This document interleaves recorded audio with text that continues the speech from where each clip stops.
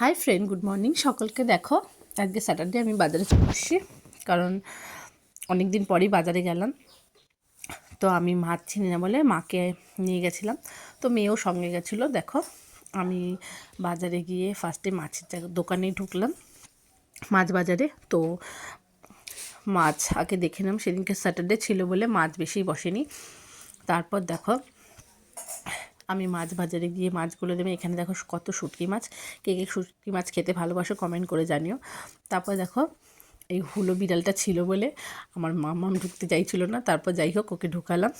এখানে সেরম একটা মাছ একদমই ছিল না, তো মাছ বাজার দেখলাম, মাছ একটাও পছন্দ হয়নি, তারপর চলে আসলাম।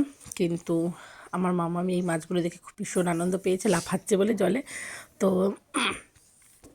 এটা কী মাছ তোমরা একটু জানিও, এরকম দেখতে একটা। আর এটা হচ্ছে কই মাছ, আমার মা বলছিল এটা জলের মধ্যে লাফাচ্ছিল, এটাও কী মাছ একটু কমেন্ট করে জানিও। তো এই মাছগুলো দেখো, এগুলো তো রুই মাছ, এগুলো চিনি। সব মাছ চিনি না বলা ভুল, কিছু কিছু মাছ চিনি, কিছু কিছু মাছ চিনি। এটা কই মাছ, আমার মা বলে দিয়েছিল।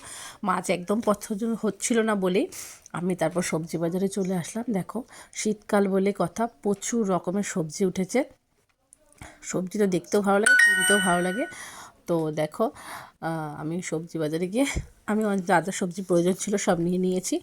তো তোমরা কে কে সবজি খেতে ভালোবাসো সেটাও কমেন্ট করো। তারপর দেখো, অনেক রকমের ভ্যারাইটি সবজি, ভীষণ ভালো লাগে। আমার সবজি বাজার করতে তো ভীষণ ভালো লাগে, তোমাদের কার কার ভালো লাগে কমেন্ট করে জানিও।